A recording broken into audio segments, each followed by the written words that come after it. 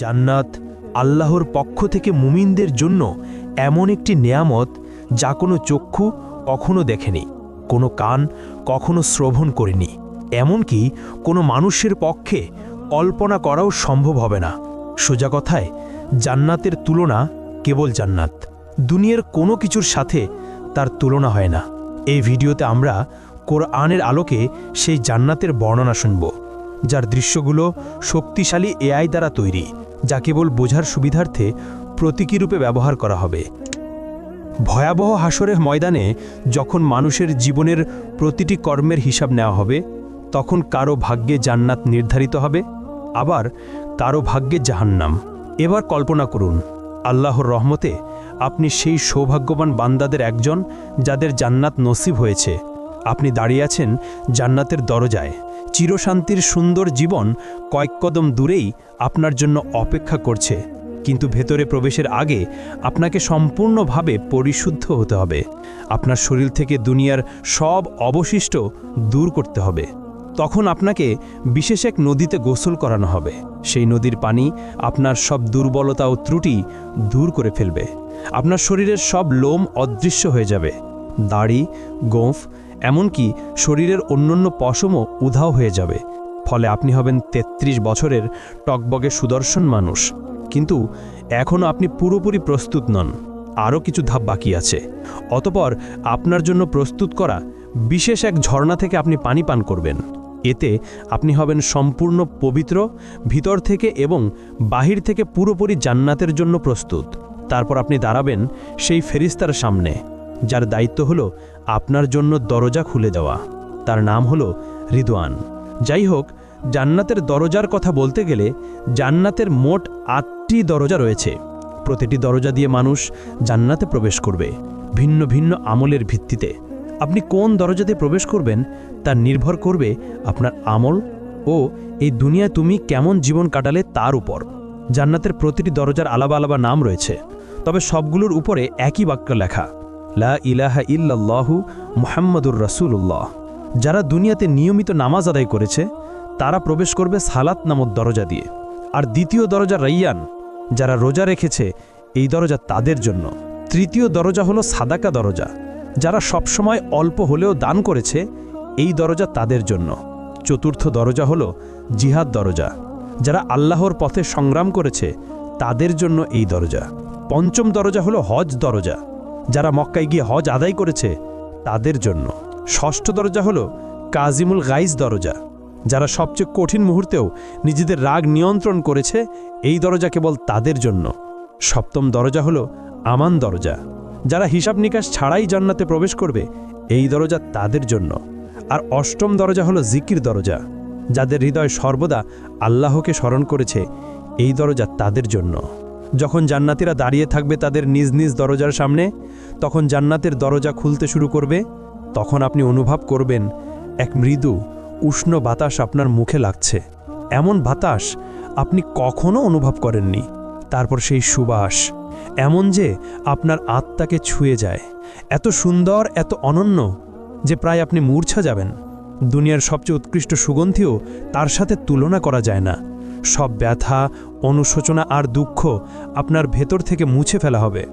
বাকি থাকবে কেবল সুন্দরতম অনুভূতি, যাতে আপনি জান্নাতের নিয়ামত পূর্ণভাবে উপভোগ করতে পারেন। অবশেষে আপনি প্রবেশ করলেন জান্নাতে। আহ, কি শান্তি!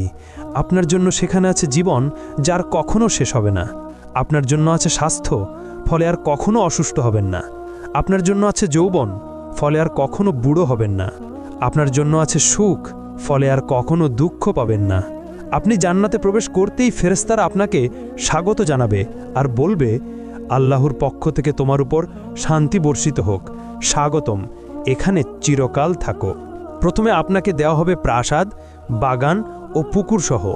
তারপর আপনার হৃদয় যা চায় তাই আপনাকে দেওয়া হবে, একটিও বাদ যাবে না। হ্যাঁ বন্ধু, এটাই জান্নাত, এমন এক জায়গা যেখানে নেই কোনো দুঃখ, নেই কোনো ভয়, নেই বার্ধক্য, নেই ব্যথা।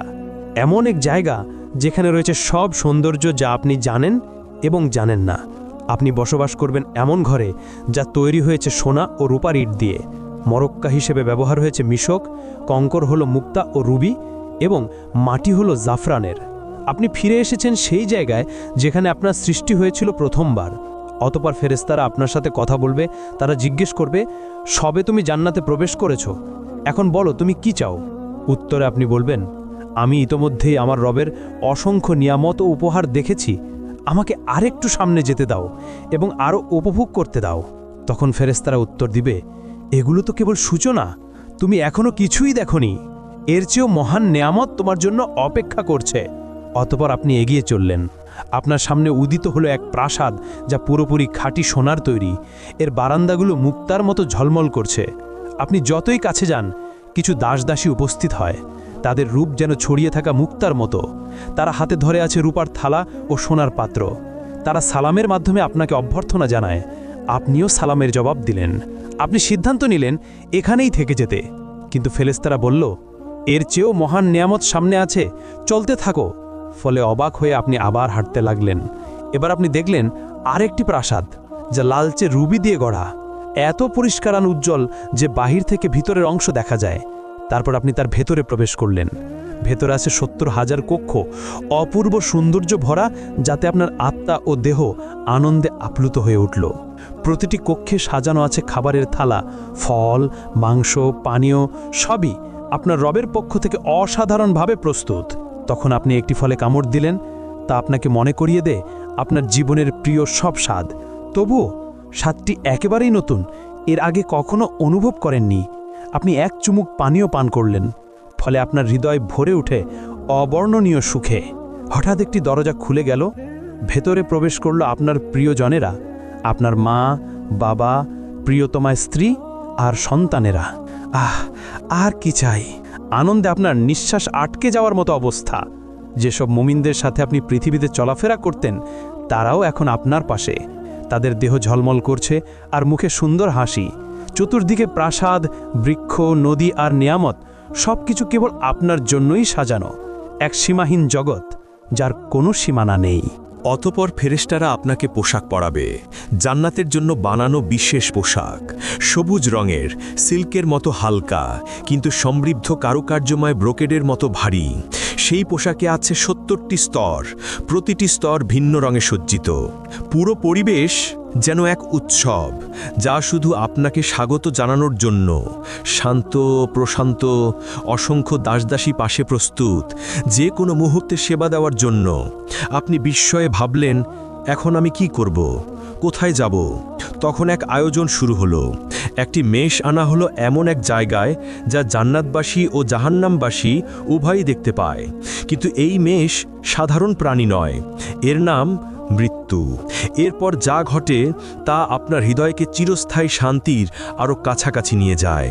একটি ঘোষণা শোনা যায়, হে জান্নাতবাসীগণ, তোমরা জানো এটি কে? তখন জান্নাতবাসীরা মাথা তোলে এবং বলে, হ্যাঁ, এটি মৃত্যু। অতঃপর আবার ঘোষণা হয়, হে জাহান্নামবাসীগণ, তোমরা জানো এটি কে? তখন জাহান্নামবাসীরাও মাথা তোলে এবং বলে, হ্যাঁ, এটি মৃত্যু। এরপর একজন ফেরেশতা সেই মেষকে কোরবানি করল, ফলে মৃত্যুর মৃত্যু হলো এবং ঘোষণা দেওয়া হলো, হে জান্নাতবাসীগণ, তোমরা এখনো চিরকাল বাঁচবে, তোমাদের আর মৃত্যু নেই। হে জাহান্নামবাসীগণ, তোমরাও চিরকাল থাকবে, তোমাদের জন্যও আর মৃত্যু নেই। হ্যাঁ বন্ধু, এখন আর মৃত্যু নেই। আপনি আর কখনো অসুস্থ হবেন না, আপনি চিরকাল বাঁচবেন, আপনার আর মৃত্যু নেই। জান্নাতবাসীদের জন্য এটাই হলো চিরন্তন আনন্দ, শান্তি ও নিয়ামতের সময়। যদি আপনি এই জীবনে বিবাহিত হন এবং উভয়ই জান্নাতে প্রবেশ করেন, তাহলে আপনাদের বন্ধন আবার ফিরিয়ে দেওয়া হবে, কিন্তু এবার আর কখনো আলাদা হতে হবে না। যেই স্বামী বা স্ত্রী জান্নাতে উচ্চ মর্যাদা পাবে, অন্যজনকেও সেই স্তরে তুলে দেওয়া হবে। সেখানে থাকবে না কোনো ঝগড়া, না হৃদয় ভাঙা, না বিশ্বাসঘাতকতা। থাকবে শুধু খাঁটি ভালোবাসা, যা প্রতি মুহূর্তে আরও গভীর হবে। স্ত্রী ও স্বামী সময়ের সাথে আরও সুন্দর হয়ে উঠবে। একজন বাইরে থেকে ফিরে এলে অন্যজন তাকে দেখবে আগের চেয়েও সুন্দর রূপে। এবং উভয়ই একই কথা বলবে, তুমি আগের চেয়ে আরও সুন্দর লাগছো। নারীরা এতটাই সুন্দর হবে যে তারা দুনিয়ার সবচেয়ে অপূর্ব নারীদেরও ছাড়িয়ে যাবে তাদের স্বামীদের জন্য। কিন্তু যদি আপনি বিবাহিত না হন বা স্বামীর সাথে কখনো শান্তি না পান, তাহলে আল্লাহ আপনাকে দিবেন তার থেকেও উত্তম সঙ্গী, যিনি শুধু আপনার জন্য সৃষ্ট, এতটাই সুন্দর যা আপনি কখনো কল্পনাও করেননি। আপনি যখন তার চোখের দিকে তাকাবেন, আপনার হৃদয় মনে করবে এই মুহূর্তের জন্যেই সে সৃষ্ট। আপনি তার হাত ধরবেন এবং একসাথে হাঁটবেন চিরন্তন জীবনে স্বামী স্ত্রী হয়ে। জান্নাতে মানুষ উঠতে পারবে, অসীম উপত্যকা, বৃক্ষ ও পাহাড়ে হেঁটে বেড়াতে পারবে, অথবা মুহূর্তেই এক জায়গা থেকে আরেক জায়গায় টেলিপোর্ট করতে পারবে। মানুষ জান্নাতে চিন্তার গতিতে চলাফেরা করবে, যেমনটা বর্তমানে আত্মা করে। কারণ আত্মা যখন দেহের কারাগার থেকে মুক্ত হয়, সে তখন স্বাধীনভাবে চলে বেড়ায়, স্বপ্নের মতো। আপনি দুনিয়াতে চোখ বন্ধ করলে হয়তো লন্ডন দেখেন, পরের মুহূর্তেই টোকিও বা ইস্তানবুলে পৌঁছে যান। কিন্তু জান্নাতে এই স্বপ্নের মতো অভিজ্ঞতাই হবে বাস্তব। হ্যাঁ, জান্নাতবাসীরা পাখির মতো উড়বে। তারা বাগান, পাহাড় ও প্রাসাদ ভ্রমণ করবে, যা কোনো চোখ আগে দেখেনি। তারা বন্ধুদের সাথে মিলিত হবে, খাবে দাবে, গভীর আলাপচারিতা উপভোগ করবে, যা দুনিয়ার আনন্দদায়ক আলাপের চেয়েও উত্তম হবে। তারা ভোজ আয়োজন করবে, নবীদের সাথে বসবে, সরাসরি সাহাবীদের কাছ থেকে তাদের কাহিনী শুনবে, আউলিয়ার সাথে সাক্ষাৎ করবে এবং উষ্ণ আনন্দঘন কথোপকথনে অংশ নেবে, যা দেবে অফুরন্ত আনন্দ। আর দুনিয়ার সবচেয়ে বড় সমস্যা একাকিত্ব চিরতরে শেষ হয়ে যাবে।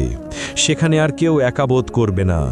দুনিয়ার অচেনা মানুষ, গরিব, অসুস্থ, বন্দী, সমাজের তাড়ানো মানুষরা সেদিন তারও ফিরে তাকাবে সব কষ্টের দিকে এবং বলবে, এই কষ্ট তো কিছুই ছিল না। আমার রব আমাকে এমন সৌন্দর্য, বন্ধু আর নেয়ামত দিয়েছেন নিজের সান্নিধ্য থেকে। যদি আমি এর চেয়েও ভয়াবহ কষ্ট ভুগতাম, তবু আমি সন্তুষ্ট থাকতাম। জান্নাতবাসীরা জান্নাতে কি খাবে এবং কি পান করবে? যখন মানুষরা প্রথম জান্নাতে প্রবেশ করবে, তখন তাদের প্রথম খাবার হবে এক তিমির কলিজা। হাদিসের ভাষ্যমতে এটি সেই তিমির কলিজা যেই তিমি দুনিয়াতে হজরত ইউনুস আলাইহিস সালামকে গিলে নিয়েছিল।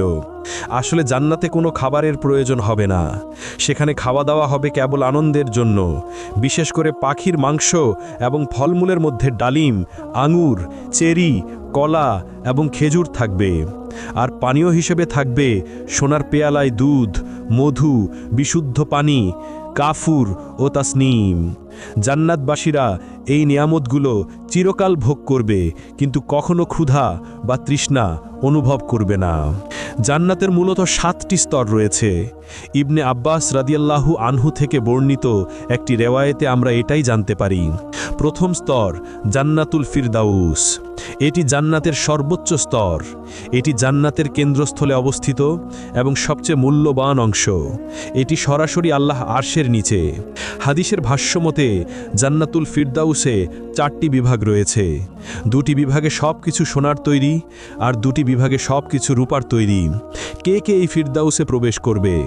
যারা নামাজে বিনয় প্রদর্শন করে, যারা নিরর্থক ও অযথা কাজ থেকে বিরত থাকে, যারা জাকাত দেয়, যারা নিজেদের পবিত্রতা রক্ষা করে, যারা আমানত ও ওয়াদা পূর্ণ করে, যারা নিয়মিত নামাজ আদায় করে অবহেলা ছাড়া, তারাই পাবে এই জান্নাতুল ফিরদাউস। আর দ্বিতীয় স্তর হল জান্নাতে আদান। এটি নবী রাসূল, সত্যবাদী, শহীদ ও সৎ মুমিনদের জন্য। এখানে থাকবে কল্পনার অতীত সৌন্দর্য। এর ভেতরে সোনার নদী প্রবাহিত হবে। ফেরেশতারা মুমিনদের অভিনন্দন জানাবে এবং ধৈর্যের জন্য জান্নাতের সুসংবাদ দেবে। তৃতীয় স্তর হল জান্নাতুন নাঈম। এটি নেয়ামত ও শান্তিতে পূর্ণ এক জান্নাত। যা মুমিন চাইবে সব কিছু সেখানে থাকবে। তারা আল্লাহর অনুগ্রহে চিরস্থায়ী আনন্দে বসবাস করবে। আর চতুর্থ স্তর হল দারুল খুলুদ। বিশ্বাসীদের জন্য চিরন্তন সুখের আবাস। এখানে কোনো ভয় বা দুঃখ থাকবে না। অসংখ্য নেয়ামতে পরিপূর্ণ হবে এর অধিবাসীরা। পঞ্চম স্তর হল জান্নাতুল মাওয়া। বিশেষভাবে শহীদদের জন্য প্রস্তুতকৃত জান্নাত এটি। তারা সেখানে আল্লাহর অফুরন্ত নেয়ামত উপভোগ করবে এবং চিরন্তন সুখে থাকবে।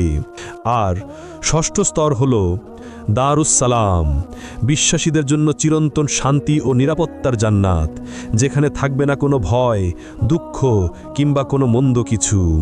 সপ্তম স্তর হল ইল্লিয়ুন, উচ্চ ও মহান স্থান, যেখানে আল্লাহর নিকটবর্তী ফেরেশতারা এবং সৎ মুমিনরা অবস্থান করবে।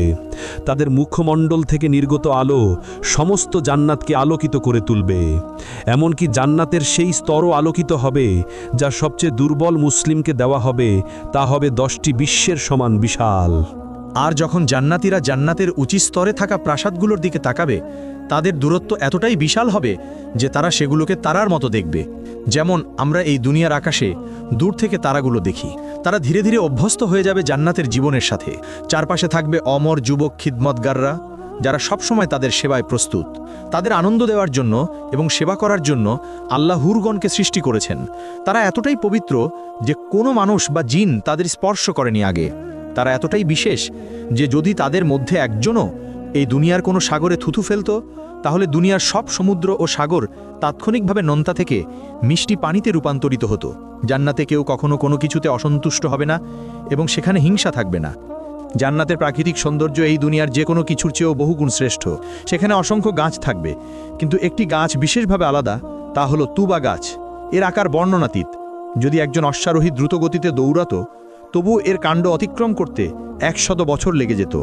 তুবা গাছ এতটাই বিশাল যে এর শাখা প্রশাখা জান্নাতের সব স্তরে পৌঁছায়, প্রতিটি ঘর পর্যন্ত ছড়িয়ে পড়ে, যাতে সবাই এর অনন্ত নেয়ামত ভোগ করতে পারে। জান্নাতের আরেকটি বিস্ময়কর বিষয় হলো কাউসার নদী। এটি আমাদের প্রিয় নবীকে বিশেষ উপহার হিসেবে দেয়া হয়েছে। এর পানি দুধের চেয়ে সাদা, মধুর চেয়ে মিষ্টি। এটি প্রবাহিত হয় আল্লাহর আরশের নিচ থেকে সিদরাতুল মুনতাহা হয়ে, তারপর জান্নাতুল ফিরদাউসের ভেতর দিয়ে অবশেষে জান্নাতের প্রতিটি স্তরে পৌঁছে যায়। এই নদীর ঘ্রাণ ও স্বাদ আমাদের আজকের কল্পনারও অতীত। কাউসার নদী ছাড়াও জান্নাতে থাকবে বিশুদ্ধ পানির নদী, যা কখনো নষ্ট হবে না। দুধের নদী, যার স্বাদ কখনো পরিবর্তিত হবে না। মদের নদী, যা পানকারীদের আনন্দ দেবে কিন্তু কোনো নেশা সৃষ্টি করবে না। এবং খাঁটি মধুর নদী। জান্নাতে এক কোমল বাতাস বইবে যখনই আমরা চাইব। যখন তা গাছের পাতার ভেতর দিয়ে বয়ে যাবে, সেই শব্দ হবে এত সুন্দর যে এই দুনিয়ার কোনো কিছুর সাথে তার তুলনা করা যাবে না। আরেক বিশেষ আনন্দ হবে সাপ্তাহিক বাজারে যাওয়া। সেখানে উত্তর দিক থেকে বাতাস বইবে আমাদের মুখমণ্ডল ও পোশাকে। এতে আমাদের সৌন্দর্য ও রূপ আরও বেড়ে যাবে এবং প্রতিবারই আমরা হব আগের চেয়ে অনেক বেশি সুন্দর ও আকর্ষণীয়। জান্নাতের সবচেয়ে সুন্দর দিকগুলোর একটি হলো আমরা দুনিয়ার জীবনকে স্মরণ করব এবং আমাদের প্রিয়জনদের সাথে সময় কাটাবো যারা জান্নাতের উপযুক্ত হয়েছে। আমরা একসাথে বসবো, আলাপ করব, একে অপরের জন্য যে দুনিয়ার অভাব বোধ ছিল তা মিটিয়ে নেব। কিন্তু এত সব বিস্ময়ের পরও এগুলো জান্নাতের কেবল অল্প অংশ। আসলেই কত চমৎকার শোনায় আর হৃদয়ে কত সুন্দর অনুভূত হয়। তবে এখন আসি সেই সর্বোত্তম বিষয়টিতে, যা জান্নাতকে সত্যিই জান্নাত বানায়।